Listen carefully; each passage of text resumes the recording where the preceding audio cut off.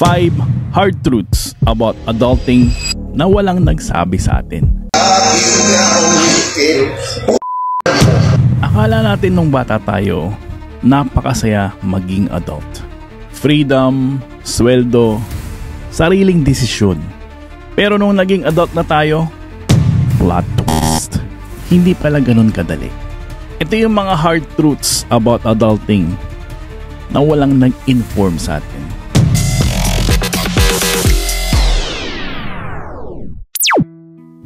Number 1, sweldo ay hindi pala equals sa yaman. Kala mo dati, pag nagtatrabaho ka na, nagkakasweldo, yayaman ka na. Pero minsan, ang sahod ay hindi sapat sa mga bills, pamasahe, at pang-araw-araw na gastusin sa bahay. Tapos, pagdating ng petsa ng sweldo, biglang may GCash request ang mga kamag-anak mo. Baka pwede naman makahingi ng pang-bigas or pangbayad ko rin ng kuryente. Sweldo mo naman eh. O kaya may tropa ka o kaibigan na uutang sa'yo at biglang magpapaalala, di ba sweldo mo ngayon? Hindi lahat ng kumikita nagiging mayaman. Kung hindi ka marunong mag-budget, wala rin kwenta kahit gaano pa kalaki ang sahod mo. Number 2, hindi madali makahanap ang tunay na kaibigan. Akala mo nung college, high school, forever naman yung mga tropa mo or mga kaibigan mo na kasama mo. Pero pagdating ng adulthood, lahat ng tao busy.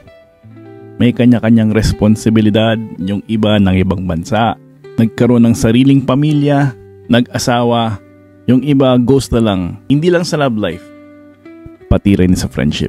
Sa adulthood, quantity of friends doesn't matter. Quality lang, sapat na. Maswerte ka na kung may isa o dalawa kang friends na tunay na kaibigan na hindi ka iiwan. Kahit wala kang pera or kahit down na down ka. Sila yung mga ride and die friends mo. Pangatlo, palagi kang pagod. Dati, kala mo pag adult ka na, ikaw ang boss sa sarili mong oras. Ang totoo, ikaw ay alipin ng trabaho at ng mga bills mo. Gigising ng 6 a.m. para pumasok. Uuwi ng 8 p.m. na wasak.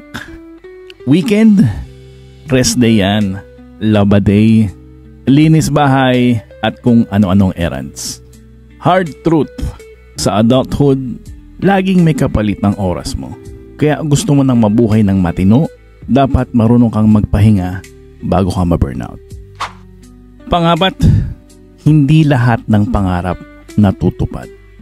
Masakit, oo, pero totoo. Dati meron kang timeline na sinusunod. Pagdating mo ng 25, may kotse ka na. Pagdating ng 28, may bahay ka na. Pagdating mo ng 30, milyonaryo ka na. Ngayon, 28 ka na, nagbabayad ka pa rin ng Shopee Pay Later. Hindi lahat ng pangarap matutupad sa oras na gusto mo.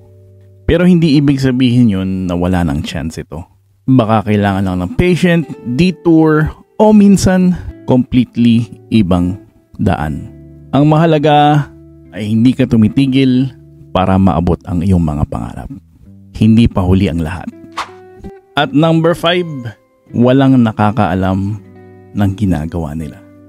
Kala mo lahat ng adult may life figured out.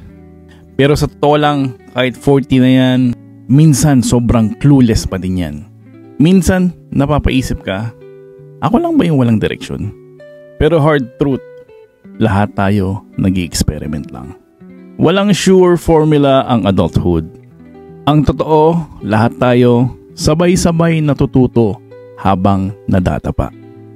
Yan ang mga hard truths being an adult. Hindi madali, madalas masakit, pero totoo. Kaya kung feeling mo, ikaw lang ang nag-struggle, hindi ka nag-iisa. Kaya tandaan mo, lahat tayo sabay-sabay lang nagtatry, nadadapa at natututo.